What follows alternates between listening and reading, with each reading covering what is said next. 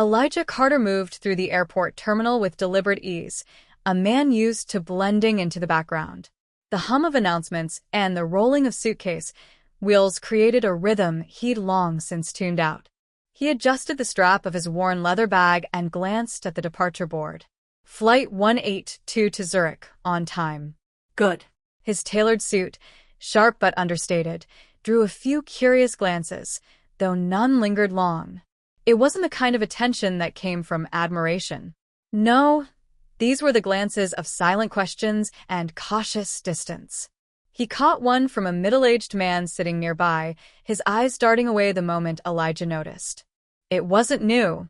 Elijah had learned to measure rooms by these quiet moments, the invisible but unmistakable lines drawn around him. He often wondered how many people carried those same walls with them, barriers they hadn't built but couldn't escape. Finding an open seat, Elijah settled in and pulled out his phone. The screen lit up with a photo of his 6-year-old daughter, grinning with 2 missing front teeth. A video call from earlier played in his mind. Her laughter, her tiny voice reminding him, "You're the smartest person in the whole world, Dad. They're lucky to hear you talk." Her faith in him was unshakable, something that carried him through the moments others didn't see. But here, in this terminal, he wasn't the celebrated AI researcher or the keynote speaker for an international summit. He wasn't the author of articles that shaped how governments and companies approached ethical technology. Here, he was just another man whose presence seemed to make others shift in their seats. He glanced around. A child a few rows away stared at him, eyes wide with curiosity. Her mother leaned in, whispered something, and pulled her closer. Elijah exhaled slowly, letting the air leave him in a controlled stream. There was nothing new in the way her hand tightened around the child's arm. A boarding announcement crackled through the speakers, jolting the waiting passengers. Elijah stood and adjusted his bag. As he joined the line, his thoughts wandered back to his daughter's words. "Be awesome, Dad." It was so simple when she said it.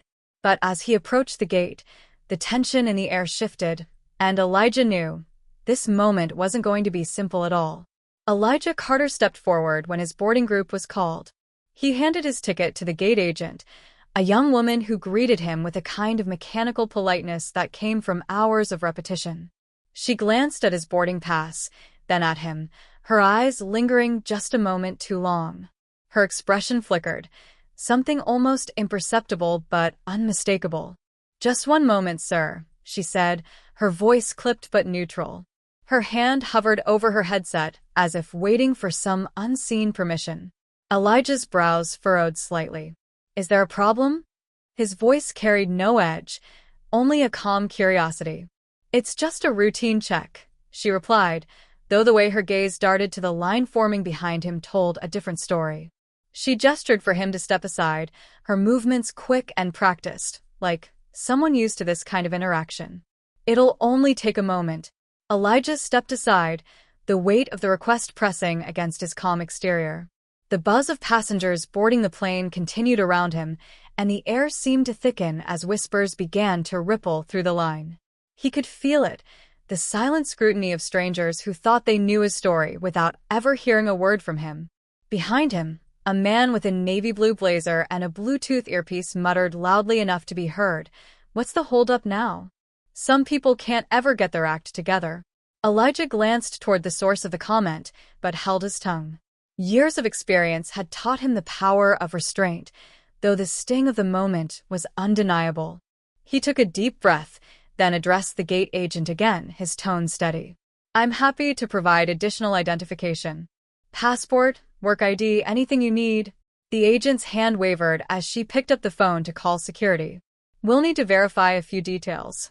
Please wait right here." The seconds dragged into minutes, each one marked by the impatient shuffling of passengers and the occasional sideways glance. A mother pulled her child closer as they walked by, her movements subtle but sharp, like an unconscious reflex. A security officer arrived, his expression unreadable. Elijah offered his identification without waiting to be asked, carefully placing his documents on the counter. "This should clear up any concerns," he said, his tone polite but firm. The officer inspected them, his expression remaining neutral, though there was a slight hesitation in his movements. "We just need to check with the system," he said. Elijah nodded, though he couldn't ignore the growing tension. Around him, the whispers grew louder. Some passengers stared openly now, their eyes flicking between him and the officer as if expecting some dramatic conclusion. Others avoided looking at him altogether, their discomfort palpable. From the corner of his eye, Elijah noticed an older woman in a beige coat leaning toward her companion. Her words weren't loud, but the disdain in her tone cut through the hum of the crowd. "It's always something, isn't it?" A part of him wanted to respond, to lay out every credential and accomplishment in sharp contrast to their assumptions. But he didn't. Instead, he stood there, shoulders squared, his expression calm. Years of these moments had taught him that his silence often said more than his words ever could. As the plane door finally closed, taking with it the passengers who had boarded without incident, Elijah remained rooted in place. The officer handed his documents back, muttering something about needing further clearance. The gate agent avoided his gaze as she tapped furiously on her keyboard. Elijah spoke again, his voice softer this time. "Am I still boarding this flight?" The agent didn't answer immediately, her hesitation loud in its silence. Finally, she looked up, her expression tight. "I'm sorry, sir. We've already closed the gate." And just like that, it was over. The flight he had meticulously planned for, the schedule he'd built his day around, was gone. Not because of a missing document or a genuine issue, but because of a look, a pause, and an assumption no one would say out loud. Elijah's jaw tightened, but he didn't argue. He reached for his bag and stepped away, the echo of those unspoken judgments following him as he walked toward the nearest counter. The murmurs didn't stop. Neither did the weight of their stares. But Elijah didn't falter. Not yet. Not here. Elijah stood calmly, his hands resting on the counter as the murmurs around him grew louder. The gate agent avoided his gaze, fidgeting with the papers in front of her. The security officer loomed nearby, his presence unnecessary but unrelenting. The passengers who had been whispering now cast open stares.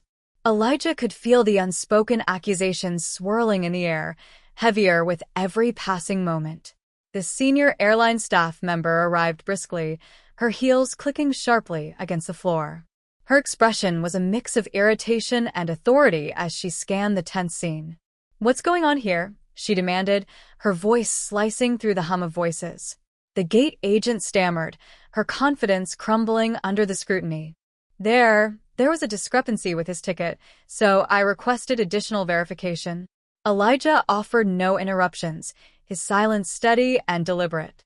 Instead, he reached into his bag and retrieved his credentials, a crisp passport, a business card embossed with his name, and an official invitation to the summit. He slid them across the counter with measured precision. The senior staff member glanced at the documents, her brow furrowing as she examined them. Her eyes flicked back to the gate agent, then to Elijah. For a brief moment, the tension in the air seemed to pause. "Dr. Elijah Carter," she said slowly, her tone shifting to one of disbelief. "The keynote speaker for the International AI Summit." "Yes," Elijah replied, his voice even. "And now the man who missed his flight." Her face turned pale as the realization settled in. She straightened, visibly uncomfortable, and turned to the gate agent, her tone sharpening. "This should have never happened. Dr. Carter's identity is beyond question." The gate agent looked as though she wanted to melt into the floor. I thought." "You thought wrong," Elijah interrupted, his voice firm but controlled. It was the first time he had spoken with an edge, and the words hung heavy in the air. "And in that moment, your assumptions were louder than the truth in front of you." The senior staff member cleared her throat, attempting to regain control of the situation. "Dr. Carter, we deeply regret this misunderstanding. We'll arrange for you to board the next available flight in first class, of course." Elijah's eyes met hers, steady and unyielding. "This isn't about a seat or compensation. This is about something far more troubling. How many others have been treated this way, without the credentials to prove they deserve better?" Her discomfort was palpable, but she didn't respond. The passengers nearby, who had been watching with uneasy fascination, now exchanged awkward glances. Some shifted their weight, as if hoping to distance themselves from the scene they had witnessed. The senior staff member tried again. "We'll ensure this matter is addressed immediately." Elijah nodded slightly, though his expression remained unreadable. "I hope so. For everyone's sake." As he gathered his things and prepared to leave the counter, he caught the eye of a young boy standing nearby with his mother. The child was staring at him, wide-eyed, not with suspicion, but with curiosity. Elijah gave him a small, reassuring nod before walking away, leaving a silence that no one dared to break. Elijah stood backstage, his fingers tracing the edge of his note card. The murmur of the packed auditorium seeped through the walls, but his thoughts weren't on the crowd, or even the summit itself. His mind lingered on the hours he had spent in the airport, a simple flight delayed not by weather or logistics, but by judgment. The host introduced him, the applause rolling like a wave. Elijah stepped into the spotlight, his composed expression hiding the storm beneath. He scanned the sea of faces, some eager, others curious, all waiting for the man they had read about in the news. The story had spread, making him more than just a keynote speaker. He was now a symbol, though not one he had chosen to become. He began softly, his words deliberate. "I want to share something that happened to me just a few hours ago. It's not part of my planned speech, but it's important." The room stilled. People leaned forward, sensing the weight of what was coming. Elijah recounted the moment at the boarding gate, not with anger, but with measured precision. He described the hesitation in the gate agent's voice, the sidelong glances from other passengers, the tightening knot in his chest as assumptions became actions.